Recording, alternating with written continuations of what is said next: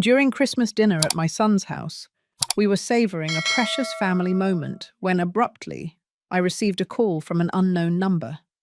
I answered, and a sharp voice cut through the warm silence. "You have to get back home immediately." When I demanded to know who was speaking, the person simply repeated with unnerving conviction, "Trust me, and go now," and then instantly disconnected the call. I rose from the dinner table, the unsettling urgency of the message overriding my manners. When I finally pulled up to the house, the sheer disbelief of what was unfolding was a physical shock. But before I continue with this story, please ensure you are subscribed to the channel and leave a comment telling me where in the world you are watching this video from. We genuinely love to see how far our stories reach. The day preceding that fateful Christmas day, the shrill ring of the phone sliced through my quiet afternoon like a razor blade. My son, Robert, had just called me, his voice unnaturally cold and utterly distant on the other end of the connection. "Mum, I've decided this year we are only going to be spending Christmas with our immediate, closest family. Without you." Every single word hit me with the dense, crushing weight of a large stone in my stomach. I remained utterly paralyzed in my worn leather armchair, the cozy fire crackling innocently at my back. The multicolored Christmas lights that twinkled so brightly through the window suddenly seemed to be actively mocking my raw loneliness. "But son, we have always—" What on earth happened? Did I do something wrong? "Nothing happened at all," he replied with chilling finality. "I just want a quiet, simple holiday. Victoria is completely on board with this decision." My chest tightened agonizingly. Victoria, my thoughtful daughter-in-law, who reliably saved the turkey wishbone for me every single year. The very woman who had called me just last month, asking for my late husband John's special stuffing recipe. When I finally hung up the phone, I stayed fixed in my chair for a long, quiet period, watching the Christmas lights outside blur into watery streaks from the sudden, unwelcome dampness in my eyes. The tall grandfather clock in the hallway slowly chimed the hour of 8 o'clock. Each resonant note seemed to painfully underscore the total finality in my son's voice. Through the window pane, I watched the large, heavy flakes of snow begin to fall in thick, swirling clumps. The houses of our neighbors across the street glowed with a warm, inviting yellow light. They were families gathered tightly around dining tables, sharing joyful stories and heartfelt laughter. The Smiths, right across the street, had their beautifully decorated Christmas tree visible through the main window, with neatly wrapped gifts already patiently waiting beneath the green branches. "What did I possibly do wrong, John?" I whispered to my own reflection, staring back from the cold glass. With a finger, I absently traced meaningless patterns over the condensation, as my mind compulsively replayed every single interaction I had shared with Robert over the past several months. Had I been too pushy about keeping our family traditions alive? Too unyielding in my desire to preserve John's memory through our long-held Christmas rituals? I watched every single snowflake dance in the amber glow of the streetlights, remembering how Robert, as a little boy, used to press his nose against that very window, counting the flakes and pleading with me to read him stories of great winter adventures. That sweet child now felt like a cold, utter stranger. The night stretched out agonizingly slowly. The fire finally extinguished itself completely, leaving behind only cold ash and the faint, lingering scent of burnt oak. I drifted toward the kitchen, mechanically warming a can of soup I knew, deep down, I wouldn't eat. As the microwave hummed its low, steady noise, my mind repeatedly cycled back to Robert's voice, desperately searching for any clues I might have somehow overlooked. I decided to check the old telephone directory. Perhaps I should call him back one last time, to apologize for anything I could have possibly done wrong. As I pulled the heavy, worn yellow pages out of the drawer, Another item slipped out with them. It was John's cherished old photo album. My hands began to tremble noticeably as I opened the cover. On the very first page was Robert, at 5 years old, his infectious, gap-toothed grin stretching from ear to ear, proudly holding a wooden toy airplane beneath our massive Christmas tree. I turned the page with deliberate care. There was John in our vintage kitchen, flour dusting his rich brown hair like fine snow, laughing heartily as he meticulously rolled out the dough for sugar cookies. The next photograph stopped my breath completely.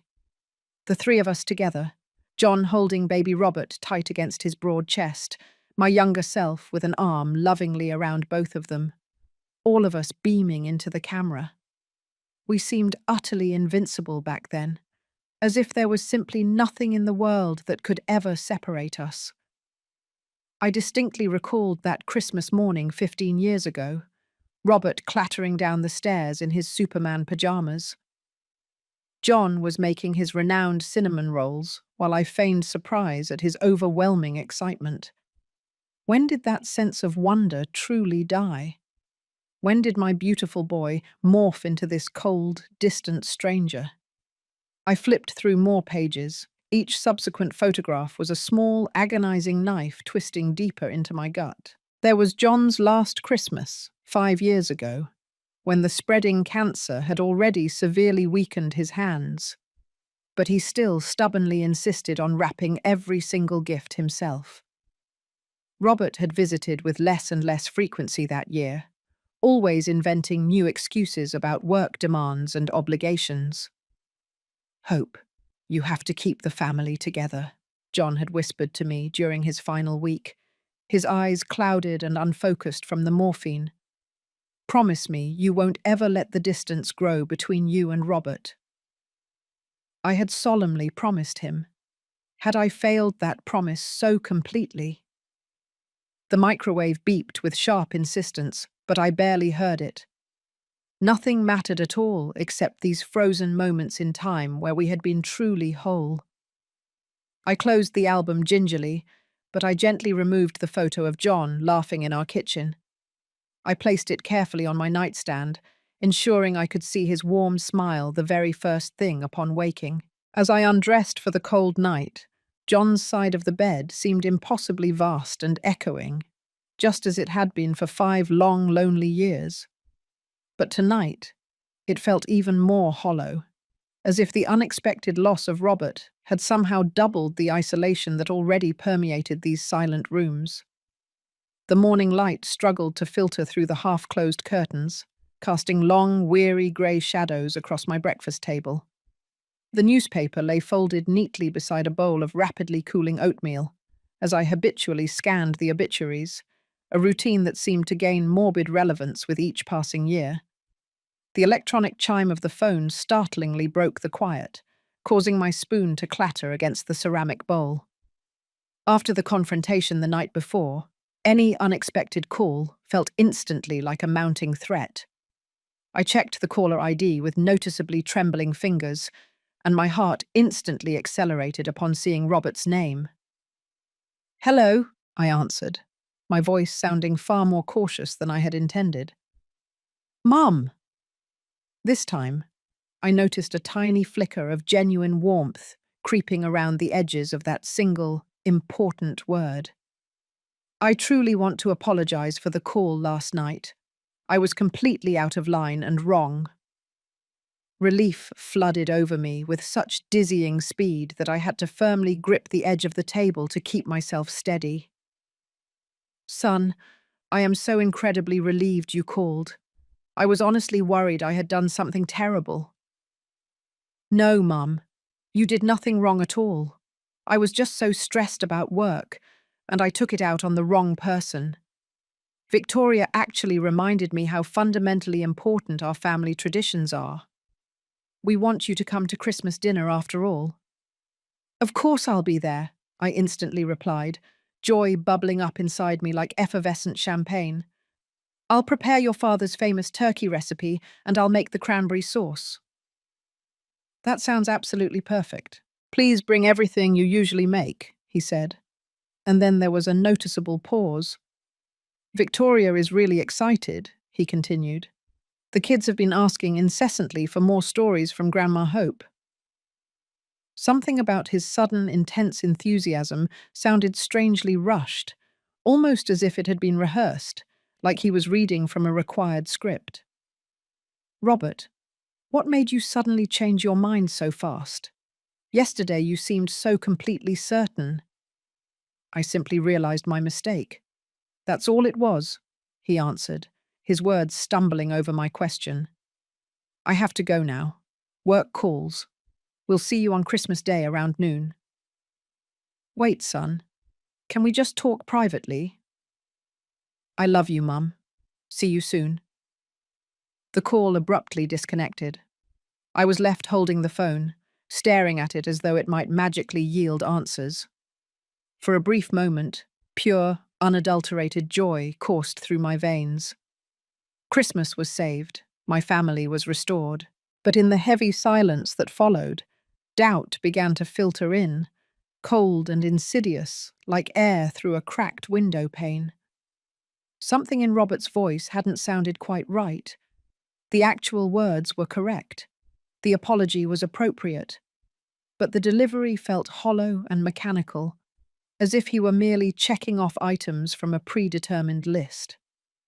I walked over to the kitchen window, where last night's unexpected snowfall had transformed the backyard into a pristine, white paradise.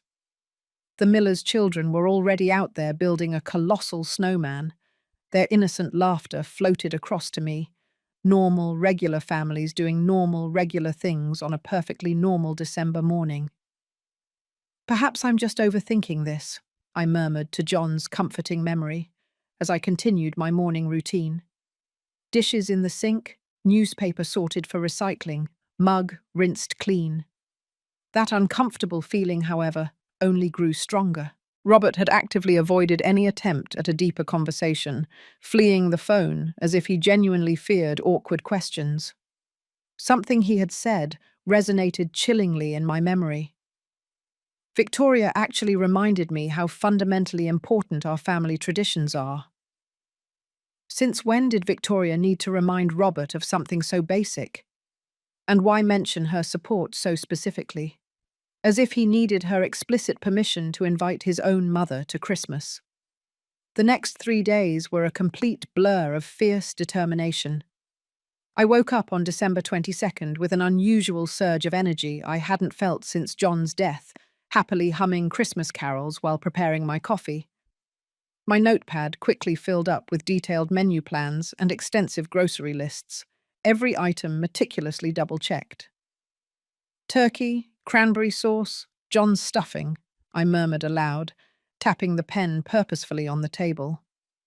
Everything had to be absolutely perfect. This was my vital chance to prove that family traditions still deeply mattered, that some bonds couldn't be broken by grief or the passage of time. The butcher shop on Oak Street was teeming with a buzz of holiday shoppers. When my turn finally came, I leaned over the counter with the focused intensity of a woman firmly on a mission. I require your absolute best turkey, I informed the round-faced butcher. It's for a very special, important family gathering. The 22-pound turkey he proudly presented looked stunningly perfect and plump, like something featured in a magazine. I paid the full price without a single word of haggling, already vividly imagining the moment I would carry it into Robert's kitchen. December 23rd took me straight to the busy mall, where the massive crowds pulsed between the brightly lit, festive stores. At the toy store, I carefully selected a scale model airplane kit for Danny, a vintage Cessna that fondly reminded me of the wooden plane in that old photograph. For Sarah, I chose a comprehensive art set with a brilliant array of colored pencils, arranged like a perfect rainbow in a wooden box. That night, I gathered fragrant herbs from my sheltered winter garden for John's signature marinade. The actual recipe, written in his precise, careful handwriting, was propped up against the sugar bowl as I meticulously minced garlic and plucked fresh rosemary leaves. John, I truly hope I remember this correctly, I whispered to his photo on the windowsill. It must be perfect. The marinade came together as a thick, green, wonderfully fragrant paste. Garlic, rosemary, thyme, olive oil, and John's special secret ingredient, a touch of white wine. I gently massaged it, deep beneath the turkey's skin, with careful, loving fingers, feeling as though I was performing an ancient, powerful ritual of reconciliation.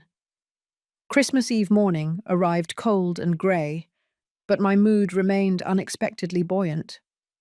I wrapped the children's gifts with military-level precision, flawlessly folding corners and tying ribbons into perfect, symmetrical bows. My best Christmas shirt was ironed and ready, with a liberal spray of cologne applied like emotional armor for the coming battle. As the evening approached, however, an undercurrent of deep-seated unease began to subtly infiltrate my thoughts. Robert still hadn't called to confirm the final details. What precise time was I expected to arrive? Should I even bother bringing a bottle of wine? Did the children have any food allergies that I had completely forgotten about? Frank Morris, my kind neighbour, appeared at my kitchen window as I was cleaning the marinade bowls. "Hope, any big plans for tomorrow?" he asked through the cold glass. "Christmas dinner with Robert and his family," I replied. "Maybe this is happening too fast. We're going to be a real family again." Something undeniably flickered in Frank's expression, but he merely nodded once. "That's truly wonderful news. You absolutely deserve happiness." After he left, I could not shake the lingering sensation that his casual question had carried a significant weight beyond mere neighbourly interest. Lying in bed on Christmas Eve, everything was meticulously prepared. The turkey rested calmly in the refrigerator. The wrapped gifts waited patiently near the front door. Everything, that is, except for my own rapidly accelerating heart, which seemed determined to find trouble where none was outwardly evident. Why hadn't Robert called to confirm? Why did Frank appear so worried? Why did this highly anticipated reunion feel less like a joyful gathering and more like a carefully staged performance? I stared at the ceiling until the first light of dawn, repeatedly telling myself that anticipation inevitably brings anxiety. Tomorrow would be perfect. It simply had to be. Christmas morning dawned beautifully clear and bright, the pristine snow glittering like countless diamonds scattered across the neighborhood. I dressed with ceremonial care, carefully adjusting my collar and smoothing down my naturally unruly hair. The turkey carrier felt surprisingly heavy as I transferred it to the car, alongside the bags of presents. I paused deliberately at the front door, my key suspended over the lock, and looked back into the house. Empty rooms stared back at me through the frost-covered windows, patiently awaiting my return. A sudden, cold feeling touched my back, but I quickly shook off the sensation and made my way to the car. Today was about reclaiming family. Today was about deep, necessary healing. The road surface leading to Robert's house crunched under my tires, the ice crystals sparkling intensely in the bright sunshine. Christmas lights perfectly delineated every window and door frame, creating a picture-perfect postcard scene that constricted my chest with a renewed sense of hope. I carefully maneuvered the turkey carrier and the heavy bags out of the car, the frigid air biting sharply at my cheeks as I approached the front door. Before I could even raise a hand to knock, the door swung open, revealing Victoria's immediate warm smile, with flour delicately dusting her red sweater like confectioner's sugar. "Hope, thank goodness you're here. Please come in before you completely freeze." The entire house smelled richly of cinnamon and fresh pine. Christmas music drifted softly from speakers hidden from view, as the coloured lights cast gentle, rainbow-like shadows across the polished hardwood floors. Danny appeared at my side as if by magic, enthusiastically hopping on the balls of his feet with barely contained excitement. "Grandma Hope, did you bring us presents? Can we open them right now?" "Mum said we have to be patient," Victoria replied, laughing easily, as she took the very heavy turkey carrier from my hands. This thing weighs a ton. What on earth did you do to it? The secret lies in John's marinade, I explained, carefully unwinding my scarf. 24 hours of garlic, rosemary, and patience. Martha and Joseph Harrison, Victoria's parents, greeted me with genuine warmth. Robert finally appeared last, straightening his tie with overly precise, almost too controlled movements. His smile reached his mouth, but it stopped abruptly somewhere before reaching his eyes. Thank you so much for coming, Mum. It truly means the world to us.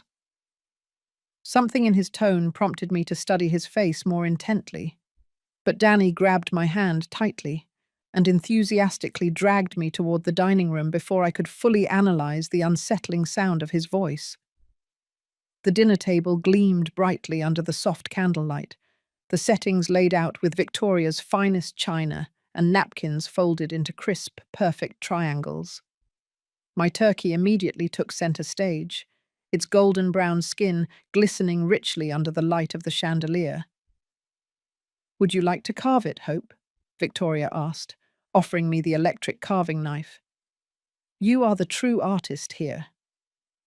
I carved with strong, steady hands, each slice revealing meat so incredibly tender it practically fell right off the bone.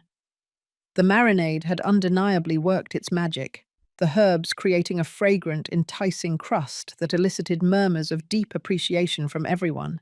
Conversation flowed easily, like the wine, throughout the dinner. Joseph asked about my retirement projects. Martha enthusiastically praised every single dish. The children chattered animatedly about school and friends, their voices bright with the excitement of the holiday. Even Robert seemed to visibly relax, sharing stories about his work that sounded almost convincingly natural. But I could not help noticing the disturbing small details. How he would nervously check his watch whenever he thought no one was looking. How he flinched almost imperceptibly whenever a phone vibrated with a notification.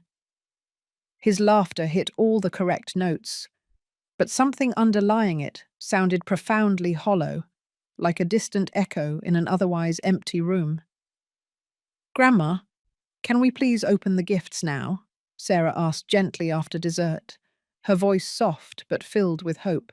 Please, please, please, Danny added, bouncing restlessly in his chair until Victoria placed a comforting, steadying hand on his shoulder. In the living room, wrapping paper soon spread out across the carpet like a colourful snowdrift. Danny's eyes widened instantly as he unwrapped the model airplane kit. A Cessna, just like at the air show. Can we build it together, please? Of course, I promised, feeling a warm, familiar heat spread through my chest. That is precisely what grandmas are for. Sarah hugged her new art set tightly, already planning her upcoming masterpieces. I'm going to draw our whole entire family, even great-grandpa John, so he can still be with us too. The room fell quiet for a noticeable moment, John's absence suddenly profoundly present among us, like an acknowledged, invisible guest. But it wasn't the sharp, stabbing pain I had carried for 5 years. It was something far gentler, as if he were smiling at all of us from some distant, peaceful place. He would have absolutely loved this, I said, my voice sounding a little hoarse and rougher than I intended. As the evening wore on into night, the lingering warmth of the meal enveloped us all like a comfortable, familiar blanket. Joseph and I began a lively discussion about baseball, while Martha quietly helped Victoria with the inevitable dishes.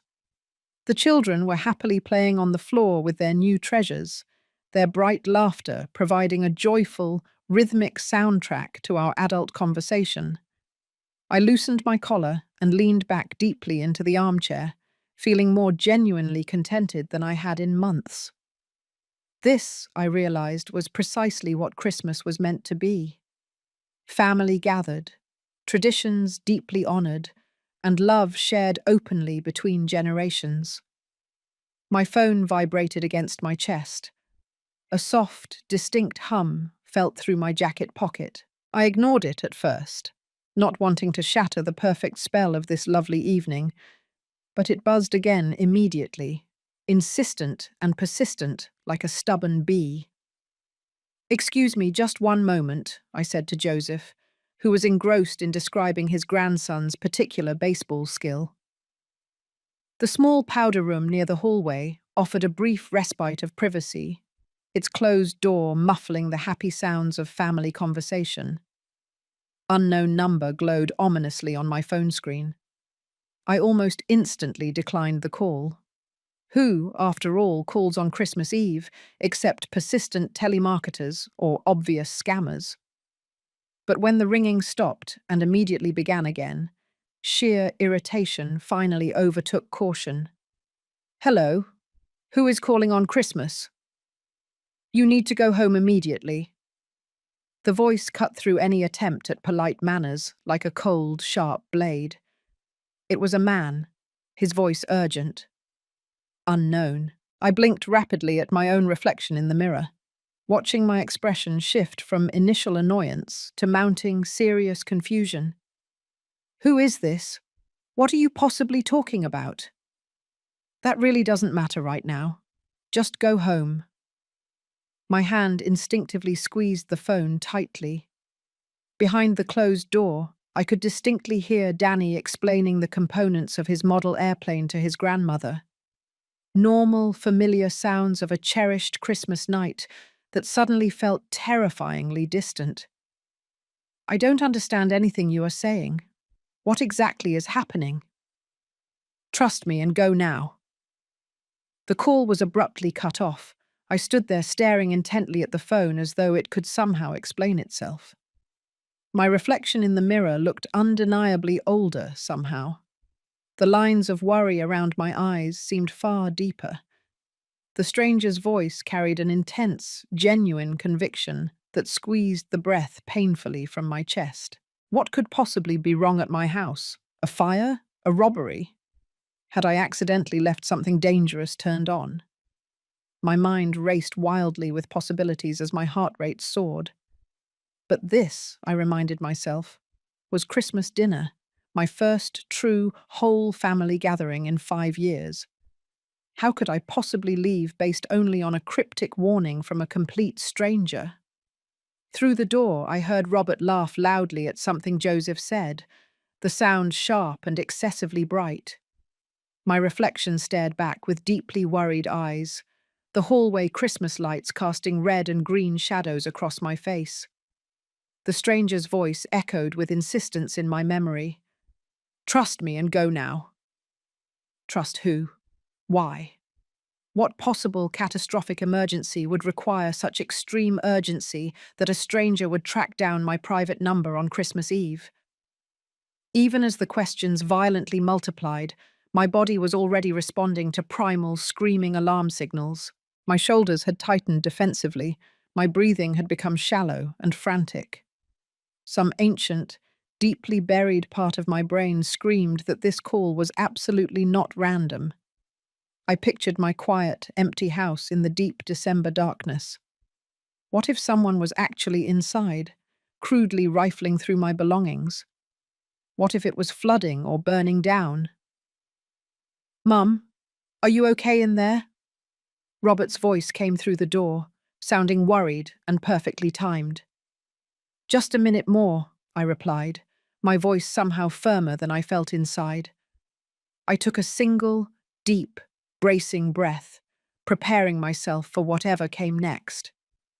The stranger's intense urgency had completely infected me. I could no longer ignore it. I could not logically explain it.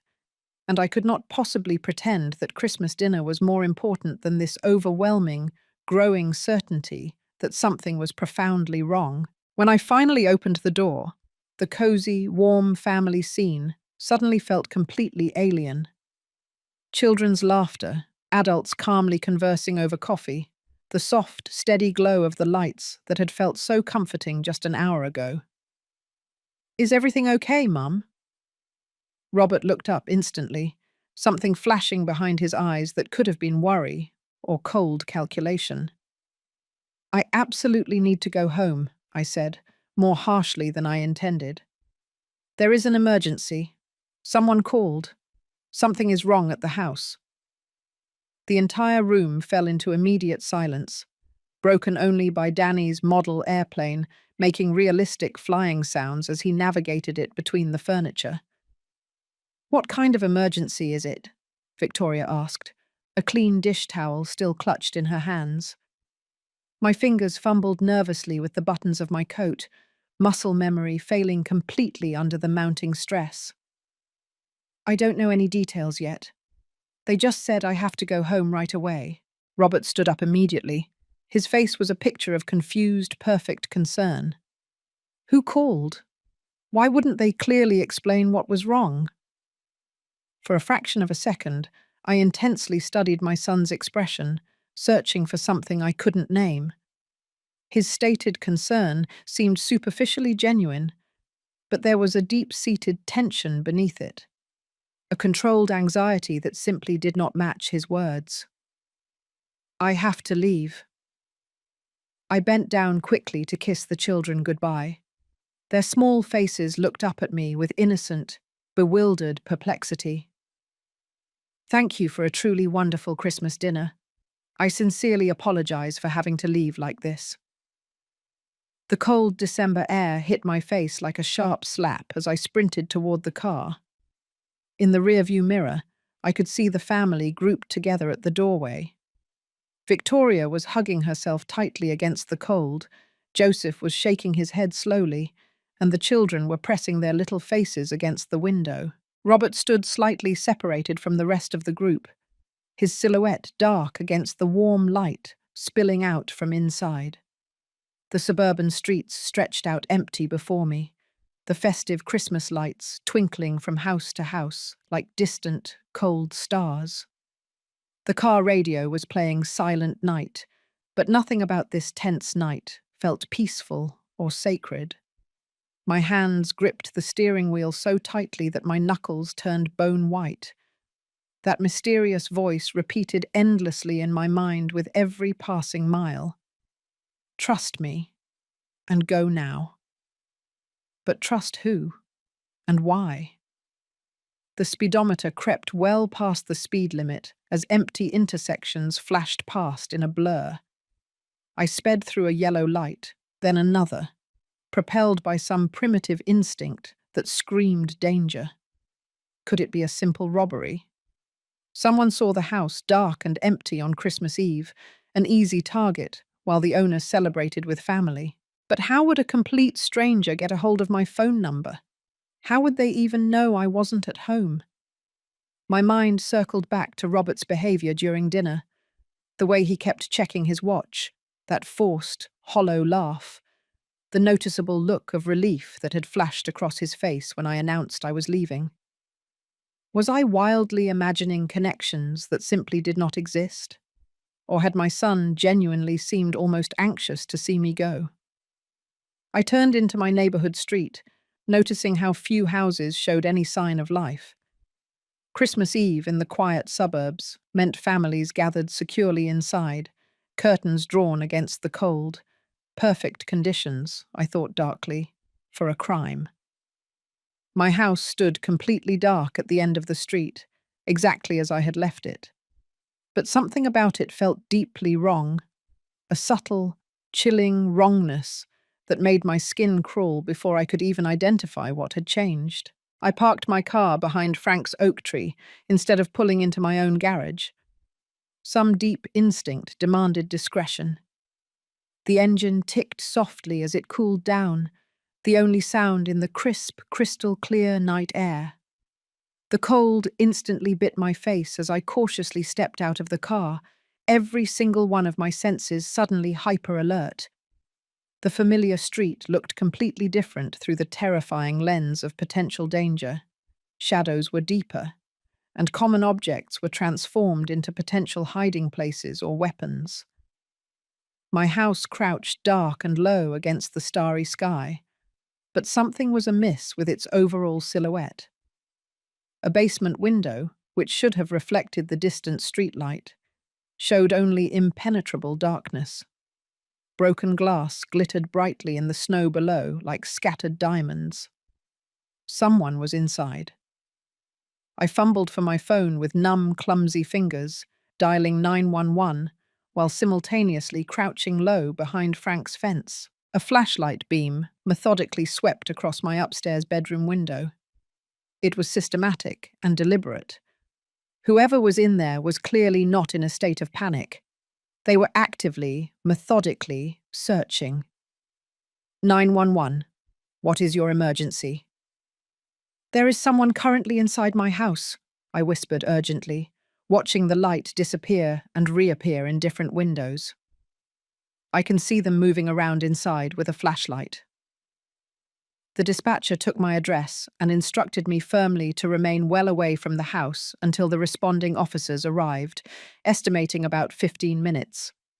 An eternity for a burglar to grab everything valuable and vanish into the night. I hung up the phone and opened my car's trunk. My hands were violently trembling as I blindly searched for forgotten tools. My fingers finally closed around cold metal. A tire iron left over from a tire change the previous spring. The heavy weight felt immediately solid and deeply reassuring. Whoever was aggressively violating my home would soon encounter far more resistance than they had ever imagined. I crept along the dark perimeter of the house, utilizing the dense Christmas decorations and snow-covered bushes as vital cover. The broken basement window told the whole story, jagged teeth of glass pointing menacingly inward, and snow scattered on the floor where the intruder had made their entry. The flashlight beam was moving systematically through my bedroom, pausing deliberately at the dresser where John's jewelry box rested, then moving to the closet where I kept important documents. This was not, I realized, random vandalism or desperation driven by drugs. Someone was searching for very specific items.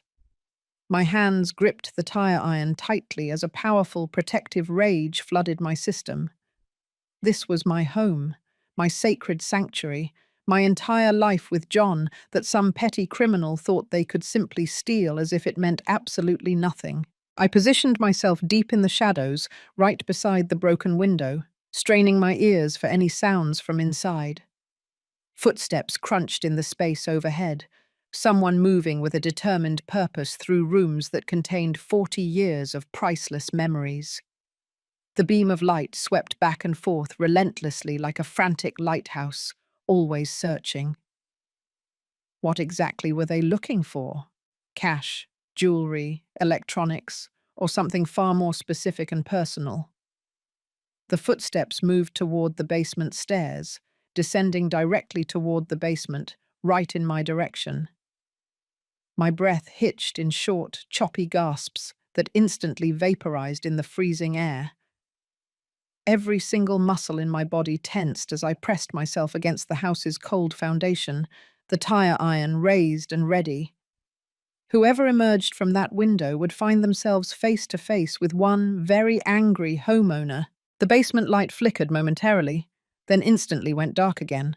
Cautious, intelligent, but not nearly intelligent enough to expect me waiting in the darkness. Papers rustled loudly inside, documents being examined and sorted. The sound squeezed my stomach with an overwhelming feeling of violation. Those were private papers, personal records, fragments of the cherished life John and I had painstakingly built together. How dare some stranger put their grubby hands on our private affairs? A chair loudly scraped across the basement floor. Drawers were opened and closed with soft, measured thumps. The methodical search continued, unhurried, despite the obvious risk of discovery. Whoever was inside felt completely safe, confident they had plenty of time to find precisely what they wanted.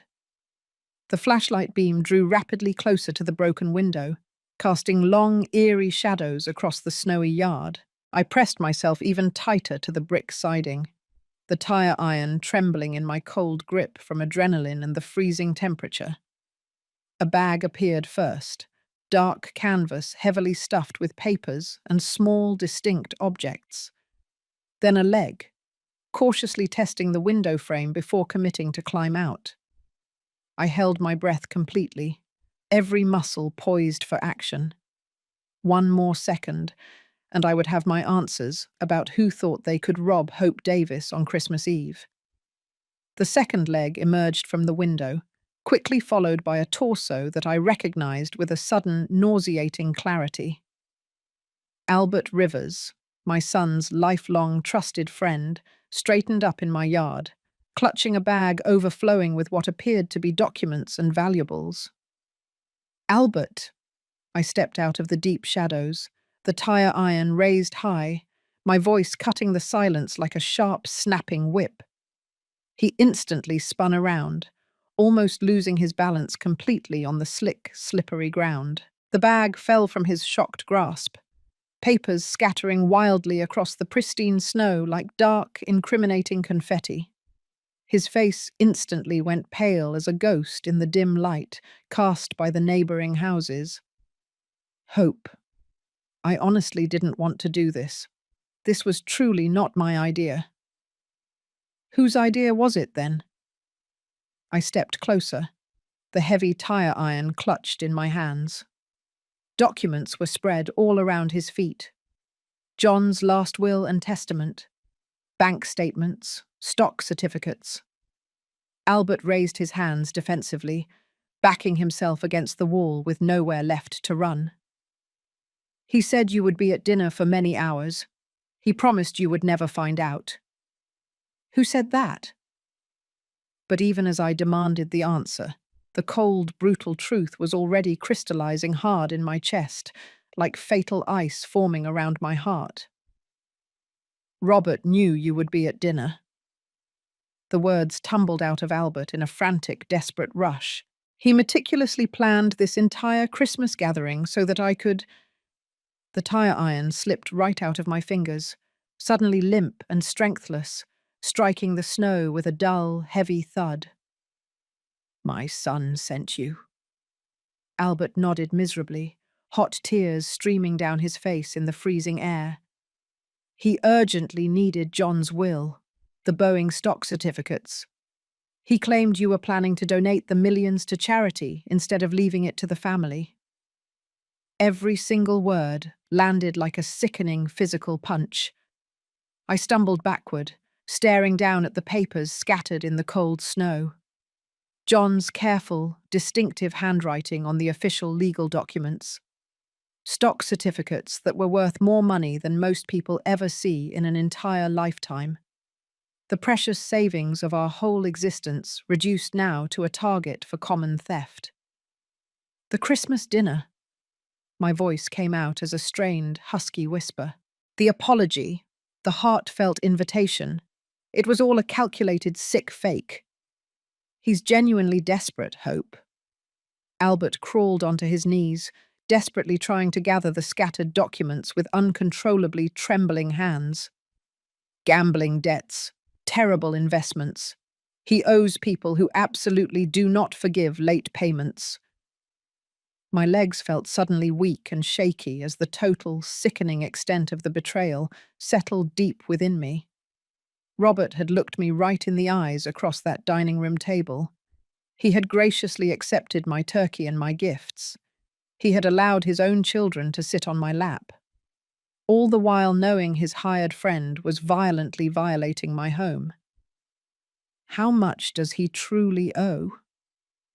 Close to $200,000. Albert's voice was now barely audible. He found out about the Boeing stock in John's inheritance papers. He claimed it was family money anyway, that you would surely understand eventually. Family money? John's meticulously preserved and invested legacy over decades, reduced to a payment for gambling debt. The stocks he had purchased with his humble teacher's salary, saving penny by careful penny, trusting that his wife would use them wisely. I picked up one of the scattered certificates, John's name printed in his neat, careful script across the top. $3 million worth of Boeing stock, purchased over 30 years, when the company was in deep struggle and shares were cheap. His retirement nest egg, his financial security blanket against an uncertain future. He was planning to steal my husband's entire life savings to pay off his gambling debts. Albert nodded his head, no longer even trying to collect the papers. He claimed you would never miss it, that old people don't really need that much money anyway. The casual, dismissive cruelty of that statement, discarding 68 years of my life as utterly irrelevant, reducing John's sacred memory to a mere target for theft, caused something deep inside me to snap like thin ice on a frozen lake. My phone began to loudly ring again, the sound shrill and insistent in the cold winter silence. I looked at the screen. Robert calling. "He's probably wondering why you left dinner so early," Albert said miserably. "He's going to be absolutely furious that I got caught." I stared at my son's name on the screen, my thumb suspended over the answer button. Behind me, the sharp wail of police sirens howled in the distance, growing rapidly closer. In front of me, scattered across the pure white snow, lay the scattered remains of John's hard-won trust and my rapidly fading faith in family.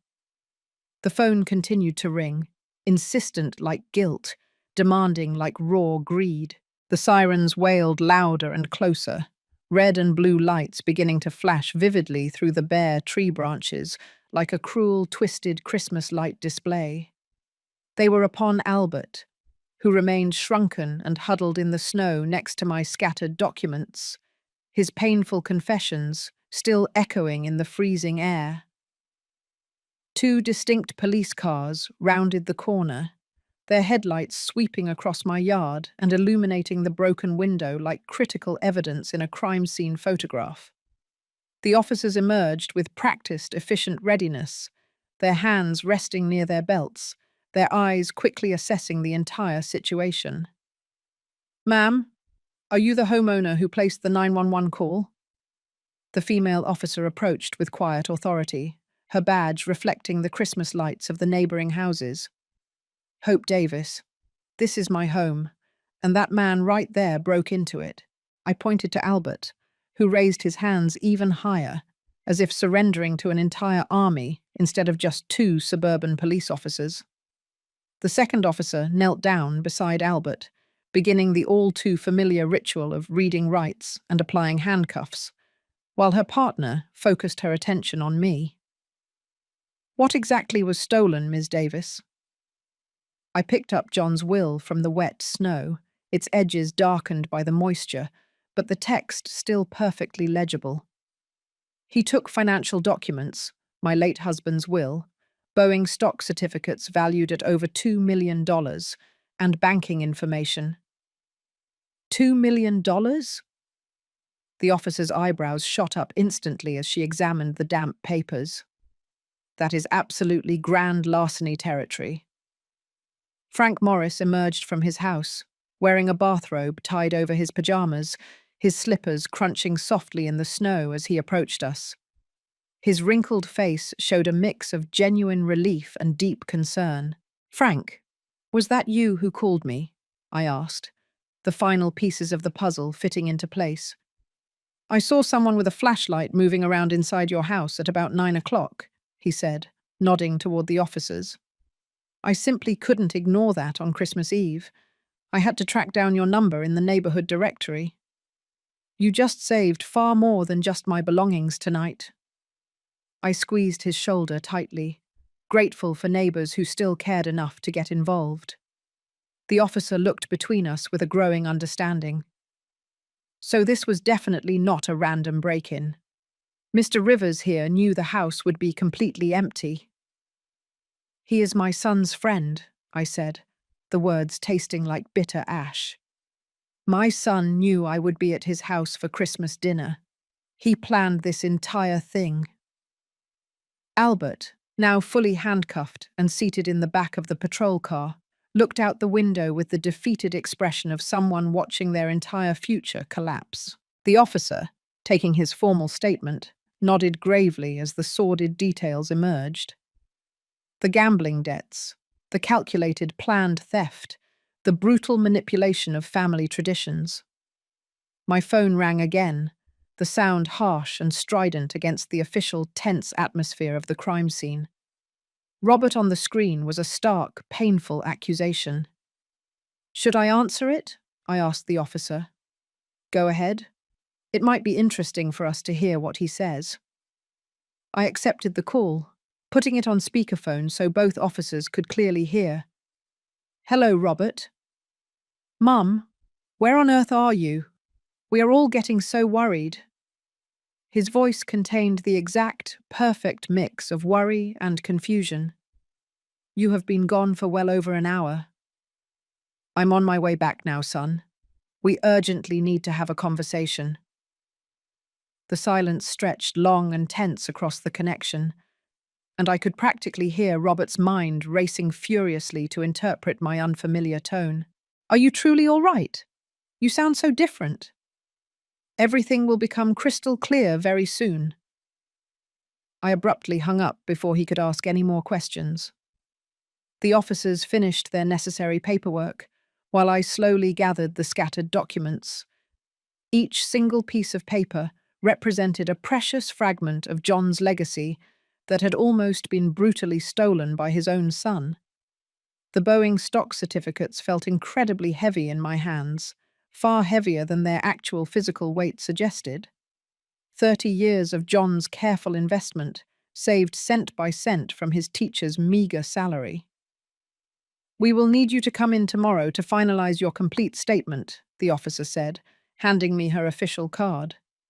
"Mr. Rivers will be charged with breaking and entering, attempted grand larceny, and likely other charges once we sort everything out." Frank walked with me to the car as the two police cars drove slowly away. Albert's pale, defeated face was visible through the back window, like a terrible ghost of Christmas future. "Are you absolutely sure you're okay to drive back there right now?" Frank asked. "That is going to be a very difficult conversation." I looked back at my house one last time. The broken window, the disturbed, messy snow, the Christmas wreath on the front door, which suddenly seemed to mock the entire notion of peace on earth.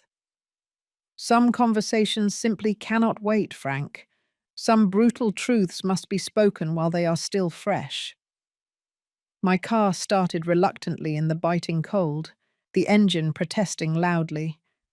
As I backed out of the driveway, my headlights swept across the festive Christmas decorations at the door.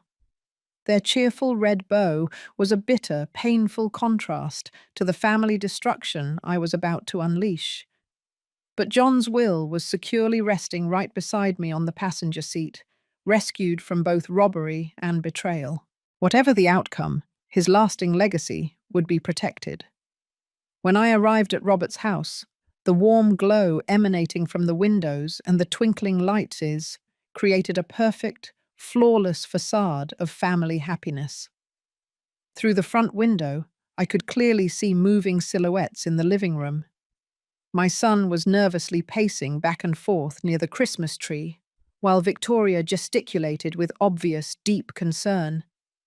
The recovered documents lay heavily on the passenger seat, like crucial evidence in a court case. John's will, slightly damp but perfectly legible. The stock certificates that bore his careful signature from decades past. I took them up carefully, each single paper now a powerful weapon in the battle for truth that I was about to fight. I did not bother to knock on the front door. This was still, technically, family, even if that sacred word had been irrevocably poisoned by raw greed and cruel betrayal. The front door opened instantly onto a scene of worried domesticity. Victoria was neatly folding dish towels near the kitchen entrance. Joseph was reading a magazine, while Martha worked on a crossword puzzle. The children were scattered across the rug with their new toys. They all looked up abruptly when I entered, and I watched as Robert's face transformed instantly from initial relief to profound confusion, and then to a rising sense of desperate alarm as he finally registered my expression.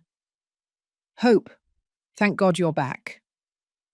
Victoria rushed toward me, with genuine, deep concern clearly etched on her features.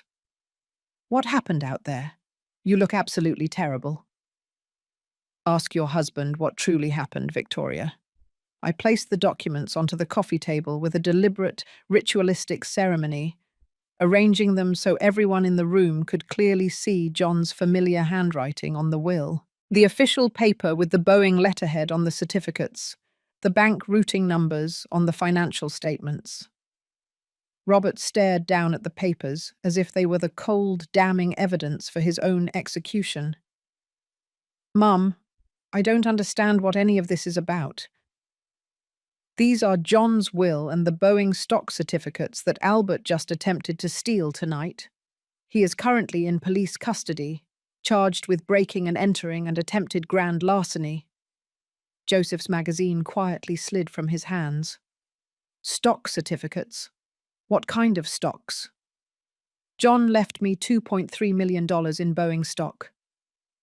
I watched every single face process this shocking piece of information. Surprise, confusion, and then a crushing comprehension. He bought them over 30 years by investing his teacher's salary when the company was in deep trouble. Robert found out I planned to donate the entire inheritance to veterans organizations and educational charities. Mum, that is our family inheritance. Robert's carefully constructed facade completely shattered, revealing the raw desperation that had been lurking underneath. You can't just give absolutely everything away to strangers. I can do exactly what I choose with my money, but you chose to steal it instead of discussing it with me. Victoria sank heavily onto the sofa, a hand clamped over her mouth as the final horrifying pieces clicked into place. The Christmas invitation, the sudden, strange reconciliation, all meticulously planned to give Robert a perfect alibi while his friend brutally robbed my house. I turned to look my son directly in the eye. You used Christmas. You used the innocent joy of your own children, your wife's genuine kindness. You used my profound grief for your father to cover up a felony robbery. Martha's crossword puzzle fell unnoticed to the floor, forgotten. Robert, please, tell us this is not the truth. But Robert could no longer deny anything. The damning evidence was clearly spread across the coffee table, and his friend's arrest had already eliminated any possible chance of covering up the conspiracy. You don't understand the immense pressure I've been under, the crippling debts, the kind of people I owe money to. How much is it? Joseph's voice held the grim authority of a man who had managed finances his entire life. $200,000. Robert's admission fell into the silent room like a thunderous bomb. Bad investments, a little gambling. It started small, but it grew so fast. So you decided to simply rob your mother, to use our children as mere accessories in a criminal scheme? Victoria's voice cracked completely. Danny looked up from his model airplane, sensing the crushing adult tensions that he could not possibly comprehend. Why is everyone suddenly shouting? Sarah clutched her new art supplies closer, the coloured pencils scattered across the rug like shattered rainbow fragments of the family dissolving around her. Your father made very, very bad decisions, I told the children softly. Then I looked back pointedly at Robert. Decisions that severely hurt the people who trusted him. I truly didn't want to hurt anyone. Robert was collapsing completely now. Years of careful, elaborate deception crumbling under the intense weight of the exposure. I just desperately needed time to fix things, to somehow pay back what I owed. By robbing your own mother on Christmas Eve? Lying to your wife, using your children as a sick alibi? Joseph stood up, his usual calm replaced by pure moral indignation. Victoria was sobbing uncontrollably now, not the soft tears of holiday sentiment, but the harsh, gut-wrenching sobs of someone watching her entire life violently disintegrate. How long have you been lying to me about the money, about your work, about absolutely everything? Martha gathered the confused children close to her, shielding them from the adult devastation unfolding in their Christmas celebration. I looked slowly around the shattered room. Victoria's bitter tears, the grandparents' deep shock, the children who could not possibly understand why their Christmas joy had turned into such utter chaos. My son huddled miserably in his chair, with his head buried in his hands. This family was utterly broken, efficiently carved apart by raw greed as cleanly as any blade could cut. The Boeing stock will go to veterans programs and education funds, precisely as John would have absolutely wanted. I collected the documents from the table, steeling myself to leave this horrific shipwreck. He believed in deeply helping others, in purposefully building something meaningful. You turned his entire legacy into a target for common theft. I stood to leave, pausing one final time at the doorway to look back at the destroyed Christmas scene. Victoria was still openly weeping. Joseph was comforting Martha. The children sat confused among their scattered toys, and Robert remained hunched in his chair with his head in his hands. Victoria, you and the children are always welcome in my home. You are completely innocent in this whole mess.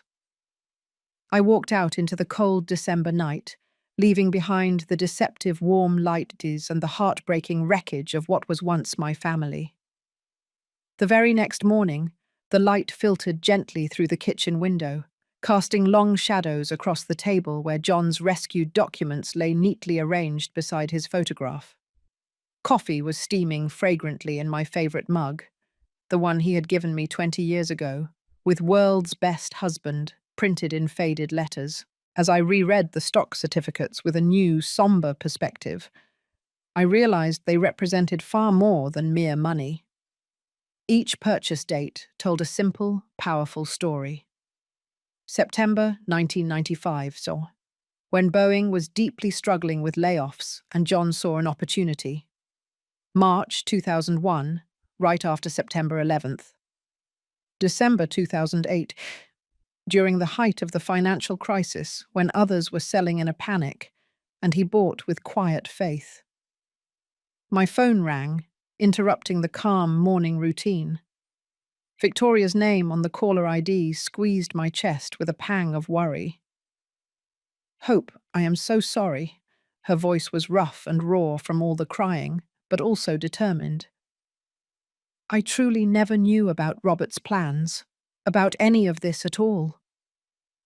"Victoria, none of this is your fault. You are a good woman who simply trusted the wrong man." "I am filing for divorce." The words came out in a rush. "The children do not deserve a criminal father, and I will not live with someone who could do what he did. You are welcome in my life always, you and the children." "Thank you. That means so much to me right now." After she hung up, I stared at John's photo, recalling our countless conversations about family, about values, about what truly mattered in life. He would have been utterly heartbroken by Robert's choices, but deeply proud that the devastating truth had finally emerged. A knock on the door interrupted my reflection. Frank stood on the porch, deep concern etched into his aged features. "How are you truly holding up, friend?" "It hurts badly, Frank, but now I am finally free of the lies." I invited him inside, grateful for his solid, unwavering friendship in the shocking aftermath of family destruction. "You absolutely did the right thing. The truth always matters, even when it is incredibly painful." I poured him a cup of coffee, and we conversed about practical, necessary matters, changing the locks, updating my security systems, and reviewing my will to ensure Robert could never again access the inheritance. "What exactly will you do with John's stocks?" he asked, carefully examining the certificates. "I will honor his memory. Veterans organizations, scholarships for deserving students, community programs, things that actively build people up instead of cruelly tearing them down." Frank nodded his head in slow approval. He would have truly liked that. After he left, I called my lawyer to immediately schedule a will review and contacted the bank to add extra security to my safe deposit box. John's legacy would be protected from all greed, used for the high purposes he would have wholeheartedly supported. The house felt distinctly different now, not crushingly lonely, but deeply peaceful. The deception was finally gone. The ugly pretense had been completely lifted. I was 68 years old with friends who deeply valued truth, a daughter-in-law who treasured integrity, and grandchildren who deserved far better role models. My phone vibrated with a text message from Victoria. "The kids want to know when they can come and visit Grandma Hope again." I smiled softly, replying, "Whenever they want. We are going to build brand new traditions." Looking at John's photograph on the mantelpiece, I felt his guiding presence affirming my decisions. The money he had saved would help veterans find necessary jobs, it would fund scholarships for teachers just like him, and it would support programs that actively strengthen families. "Your stocks will help people build far better lives," I told his picture, "exactly as you would have wished." Robert had ultimately chosen greed over family, cruel lies over genuine love, and calculated theft over trust. I chose honor over blood, truth over painful convenience, and integrity over false comfort. The morning sun streamed in through the windows, illuminating dust particles that danced like tiny golden prayers in the light. Outside, the fresh snow covered the neighborhood in an immaculate white, offering the powerful promise of new beginnings. The future stretched out before me, perhaps smaller than I had originally planned, but cleaner, more honest, and built upon solid foundation that would never again crumble under pressure. John's legacy was finally secure. The truth had undeniably vanquished the cruel deception. The real family, the kind built on love and deep respect rather than just blood and obligation, would absolutely continue. That, I knew, was more than enough. That was everything. Now, if you enjoyed this incredibly painful but ultimately redemptive story, please click on the next video that appears on your screen because it contains a story of betrayal and shocking twists like nothing you have ever witnessed before.